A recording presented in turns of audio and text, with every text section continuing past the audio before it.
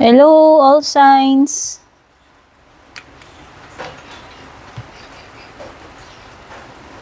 What a special reading.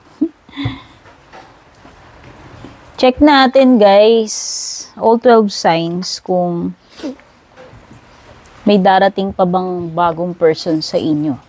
And if meron darating na bagong person, ano yung sign niya? Okay? Sisimula tayo as usual kay Aries, magtatapos tayo kay Pisces, no? Ito. Katuwaan, check lang natin.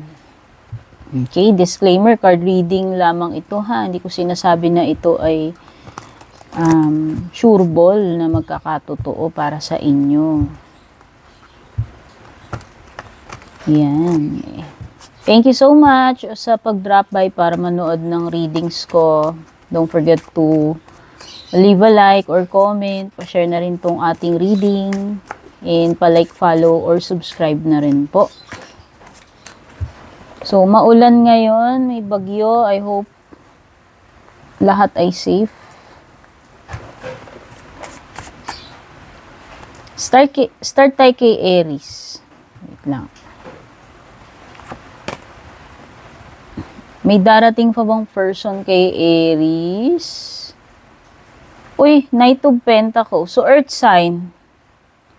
Possible na Earth sign? Oo. Possible na may darating na person sa'yo, Aries. If ever, yung next ay Taurus, Virgo, or Capricorn. Kaya lang pwedeng hindi ganun ka-stable yung connection. Pwedeng hindi kayo magtagal. Okay? Kasi baliktad sa Knight of Pentacles. Okay? Next ay si Taurus.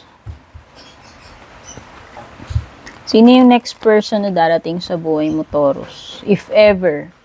Kung meron man. And anong sign niya?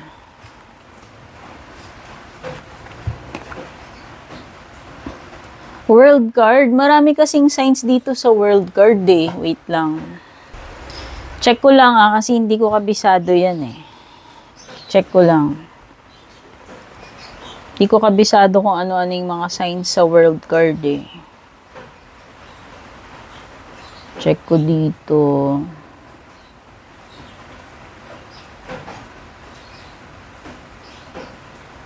Okay. If ever, ang sign niya, pwedeng Taurus, Virgo, and Capricorn. Tama ba?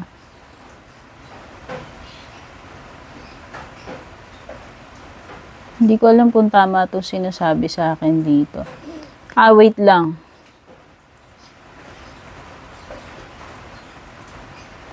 Kapag si World Card,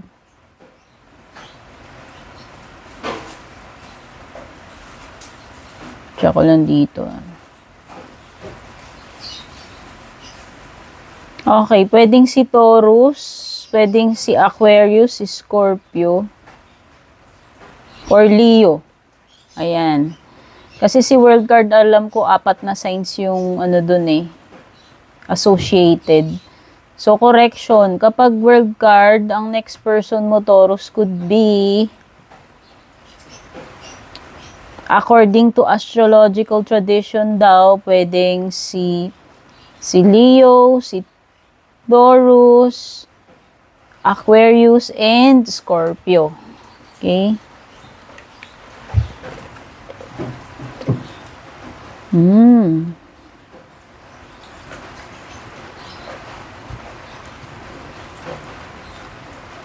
Oo. Sa tingin ko magiging kayo, pero parang may something like unfinished business sa inyo nitong person na to in the future. Okay. So, pwedeng hindi kayo magkatuluyan since may unfinished business, no? Hindi ko lang alam. Hindi natin masasabi, pero ang na-sense ko lang, pwedeng magkakaroon kayo ng unfinished business with this person. Next person mo. Ay, wait lang. Ano to? Aries, Taurus. Okay, si Gemini na tayo.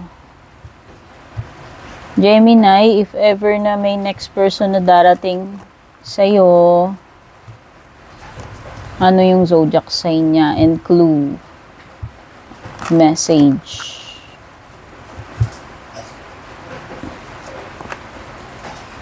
Pwedeng water, Cancer, Scorpio, or Pisces. I think pwedeng boring yung magiging relationship ninyo. Kasi ito usually si Four of Cups lumilitaw kapag ka-bored or pwedeng hindi, alam mo yon, pwedeng hindi ganun ka-happy sa relationship, hindi ganun ka-satisfied. Ayan.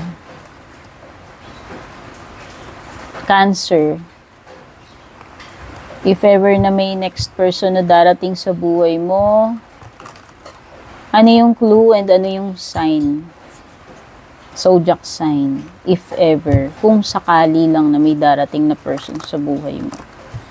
Next person.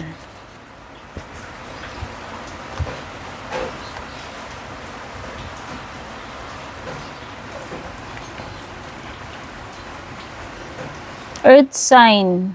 Taurus, Virgo, or Capricorn energy.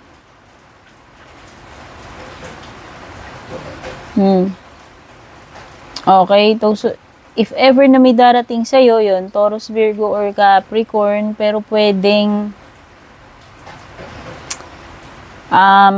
maging one-sided yung relationship ninyo. Pwedeng meron ditong isa sa inyo na kulang sa effort. Yan. Leo, alamin lang natin sa cards, if ever lang, kung sakasakali lang na may darating na next person sa buhay mo. Ano yung clue and ano yung zodiac sign. Okay.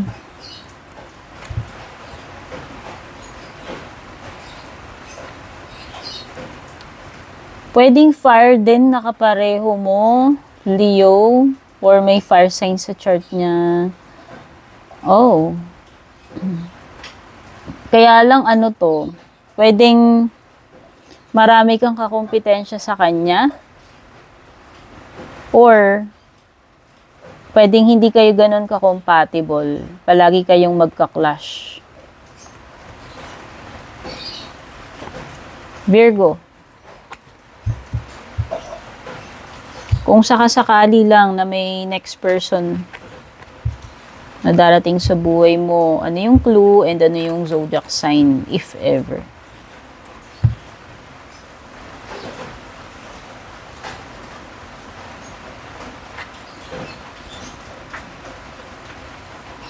Okay, pwedeng Aries. Pwedeng Aries. Okay, so mukhang marami kang lesson na matututunan dito sa person na to. Oo, marami kang parang lesson na mapupulot dito sa relationship mo, dito sa future person na Aries. And pwede rin ikakashock mo, hindi mo ina-expect na magiging kayo or mapufall ka sa ganitong person, sa kanya. Pwede rin na marami kang matutuklasan about this person. Or pwede rin na it's not meant to last. Okay. Libra. If ever lang, kung sakasakali lang may next person na darating sa buhay mo, ano yung pinaka-clue and ano yung zodiac sign na tong person na to.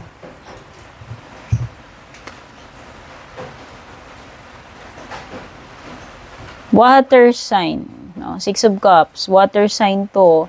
Could be Cancer, Scorpio, or Pisces. Pwede rin mas bata sa'yo. Or mas bata yung isa sa inyo. Kung sino man. Actually, pwedeng na-meet mo na to in the past. Libra. So, yung mga naniniwala sa past life dito, hindi ko naman nilalahat. Baka karmic or past life connection. Or pwede ring person from your past. Pwedeng dati mong kaklase, na-meet mo na dati, no? Ayan. Yung next na magiging jowa or person mo. Pwedeng water, Cancer, Scorpio, Pisces. Or meron siya nun sa chart niya. Kung hindi man yun yung sun sign niya. Scorpio. Katuwaan lang, Scorpio. Alamin natin sa cards, if ever lang, kung sakasakali na may next person na darating sa buhay mo, ano yung clue and ano yung zodiac sign niya.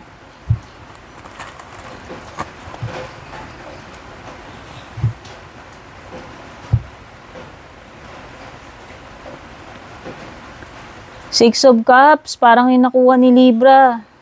May water sign siya sa chart niya. Could be sun, moon, rising niya. Parang ganun kay Libra, same. Pwedeng na-meet mo na in the past. Pwedeng kababata mo, dati mong classmate, dati mong katrabaho, dati mong kapitbahay. Basta may element ng past. Pwede rin namang past life mo siya na-meet kung naniniwala ka dun. Yun. Same lang kay Libra eh. Nahugot eh. Same na same. Sagittarius, if ever lang, kung sakasakali lang na may next person na darating sa buhay mo, ano yung clue and ano yung zodiac sign niya. Okay.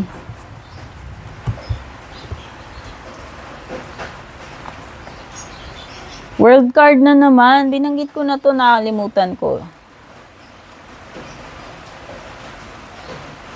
Yung mga signs. Di ko kasi kabisado to eh. Okay. Next person, kung sakasakali for you, Sagittarius, pwedeng Leo, Taurus, Aquarius, and sino na nga uli yung mga binanggit ko kanina? Nakakalimutin ako. Ayan, pwedeng Leo, Taurus, Aquarius, or Scorpio. Yung sign niya. And, pwedeng magkaiba kayong lahi, culture, or religion. Pwedeng, foreigner. Ayan. Or, hindi man kayo magkaibang lahi, pwede makikilala mo siya abroad. Okay? Capricorn, kung sakasakaling may next person na darating sa buhay mo, ano yung clue and ano yung zodiac sign niya.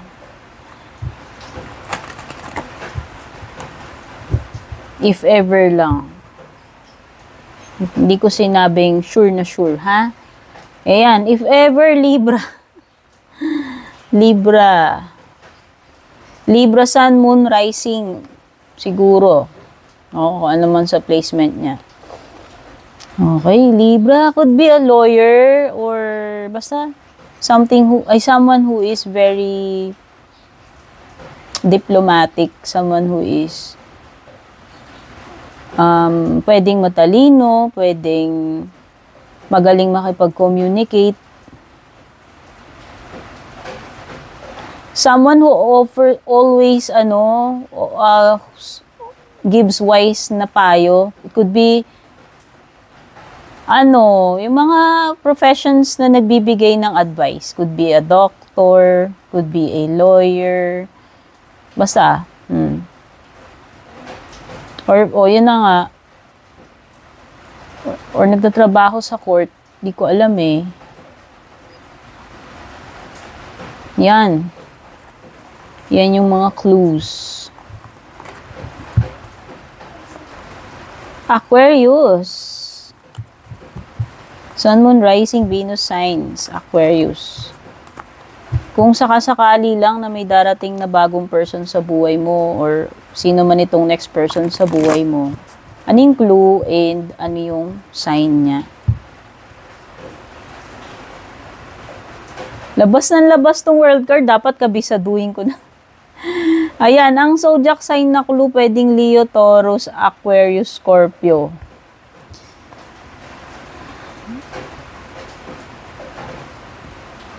Okay, someone na pwedeng ibang culture, ibang lahi, taga-ibang lugar, or pwedeng mamimit mo abroad. Someone na pwedeng successful in life, negosyante, ganun, or basta mataas na yung position sa company, or someone na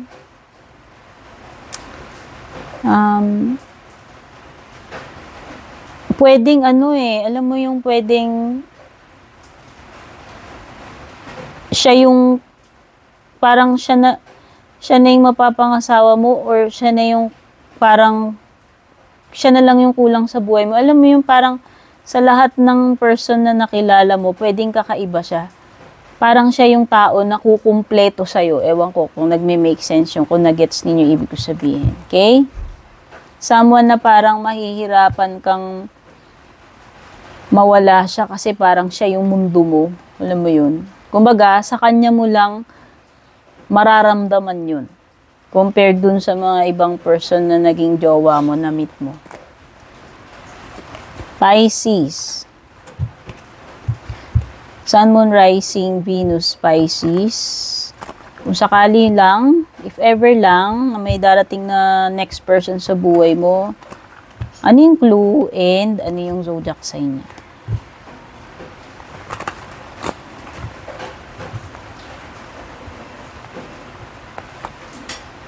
Tsadan, pwedeng water.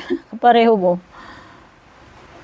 Oo, pareho mong Cancer, Scorpio, or Pisces. Wow.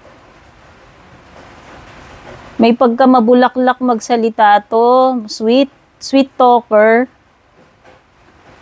Charming, romantic. Dadaanin ka sa pa-flowers, sa mga romantic, no? So, pwedeng may pagka, siya yung ganun, may pagka old-fashioned na romantic. Or mahilig sa poetry. Pwede rin may pagka-psychic, intuitive na kapareho mo, may pagka-sensitive or emotional. Kaya lang, downside is pwedeng sweet talker lang talaga siya. Bolera. Okay? So, yan. All signs, thank you so much for dropping by para manood. Syempre, don't forget to like, follow, subscribe. Love you all. Ingat, babush.